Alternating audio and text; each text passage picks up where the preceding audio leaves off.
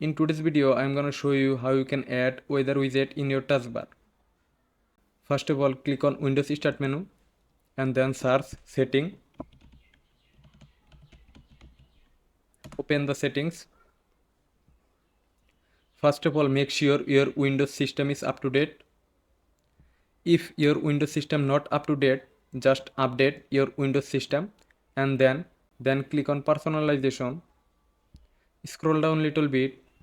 Here as you see taskbar option, click on that. The widget toggle is off, just turn on this toggle.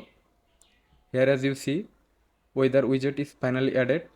Just hover over the weather widget. Here is widgets option. Click on this plus icon.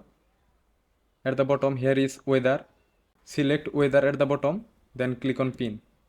In this easy way you can add and pin weather widget on your taskbar. If you found this video helpful, don't forget to subscribe our channel. See you in the next video.